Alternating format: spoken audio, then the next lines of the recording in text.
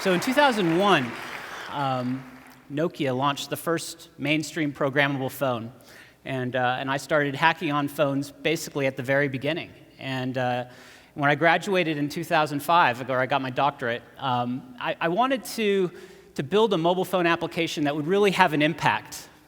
And I had dabbled with starting a company that ended up turning into a mobile dating company, connecting socially awkward singles in Manhattan together via their mobile phone.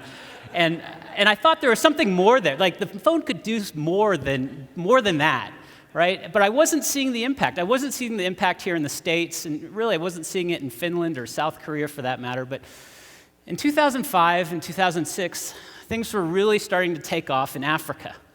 And so in 2006, I ended up moving to Kenya, where I lived for over 2 years.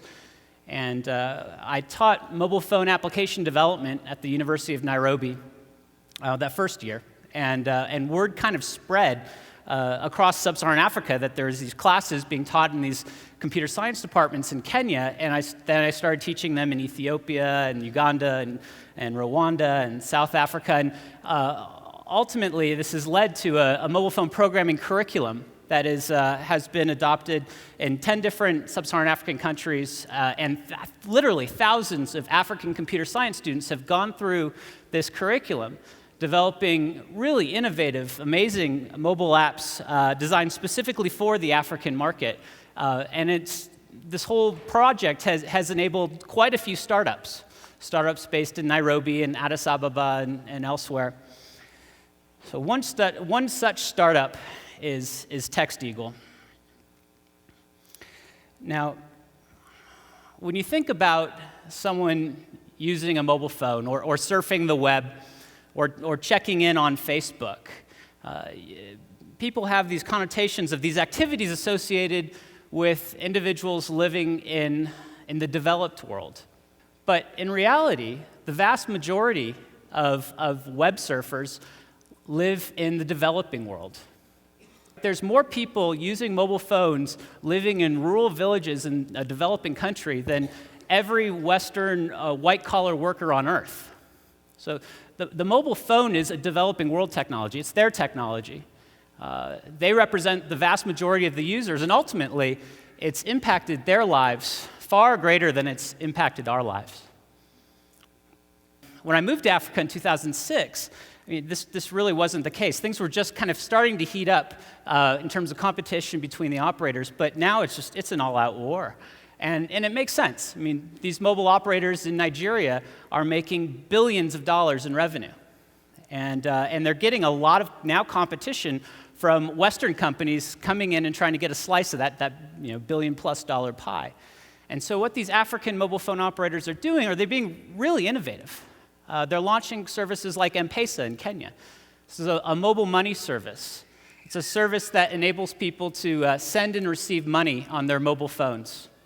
And this has fundamentally been transformative for a large fraction of the country. And for me, it's actually quite convenient. I mean, when I'm in Nairobi, I can pay for my taxi cab to the airport with my mobile phone. So people tend to wave their arms a lot about this leapfrog idea, about the developing world leapfrogging the developed world. And in actuality, in many cases, it is true and it is happening. I mean, Africa does have some mobile services that are far more advanced than what we've got in this country. And it's one of the major reasons why I've been living there and working there for these past 5 years. The other thing that I think it's important to note is it's critical not to underestimate the importance to the economy of these handsets. I mean, you can buy an unlocked GSM phone now in a place like Nairobi for under $15. And that's complete with a SIM card and airtime. And what that has meant is that the guys that you see digging ditches on the side of the road there, I mean, they have to have a mobile phone in order to do that job. They're making about $1.50 a day. But now day labor in many parts of Nairobi is organized via SMS. And so instead of congregating in some centralized area in the city, they get a text message telling them where to go. Suddenly, and just in the last couple of years, thanks to mobile phones and the internet, we've been connected to over 1 billion literate people in these emerging markets, in these developing countries. If you look at the outsourcing industry, this is an industry that's it's a $1.3 trillion a year industry. This new technological advance, thanks to both the mobile phones and the internet, have now enabled these large companies in the West not necessarily just to send work to other large companies that are generally just housed in big warehouses full of computers with people keying in data, but rather send it directly to the workers themselves. Workers distributed. And that's actually the reason why I left my job and started this venture, was because I think there's a fundamental opportunity here. And so what we've done is develop some algorithms and a mathematical framework that enables us to be able to infer, for example, what the correct answer is. If we ask a question to multiple people, we can start building up a confidence of what the right answer is, as well as infer the expertise of a set of people. Suddenly, we don't need the infrastructure. We don't need to build that giant centralized warehouse and put a bunch of computers in it. We use existing infrastructure. We use cyber cafes. We use the ubiquitous mobile phone networks. And we don't need managers. Instead of managers, we use math. I mean, we get a big piece of work, and we can chop it out into a set of micro tasks. Right? A form is a great example. We take a form, we chunk it into fields, we try to figure out who in the workforce is most likely to provide the right answers, and we send that work to these individuals, both on their phones and actually increasingly on desktop computers. And then we get, for a single field, we get a lot of responses back, and we start building up a confidence of what the correct answer really is. And then we compensate people based on their response. And not only just based on the response to this question, but if they've given us 99 answers correctly in a row, we'll pay that person more because we don't have to ask as many people what the right answer is. Ultimately, that's the general idea. You ask the same question to multiple independent people, and if you keep getting the same response back, you can start building an inference that is indeed the correct answer.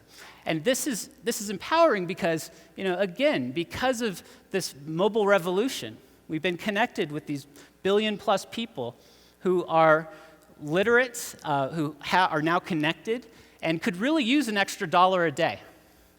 And so that is the goal for what I'm trying to do now, is I'm trying to empower these billion-plus people to be able to monetize their idle time. And the types of work people are doing range from the traditional outsourcing models to things like gathering local data, whether it's reviews or market research or business directories. And this platform can be used for all sorts of stuff. But I think we're not thinking creatively enough about this problem. Sit back and think, what could we do with the world's largest workforce? So our ability not only to communicate with, but to compensate 2 billion people, it's unprecedented. And I think there's just all sorts of really amazing and really empowering things that we can start doing. And so, frankly, I can't stand up here and pretend to know all the types of work that can be done in this distributed way. I simply don't. But I would love to have this audience think about our problem, because I think we do have a potential to make an impact. This idea of distributed work, I fundamentally believe, has the potential to be an important source of supplemental income for a large fraction of people on Earth today. Thank you.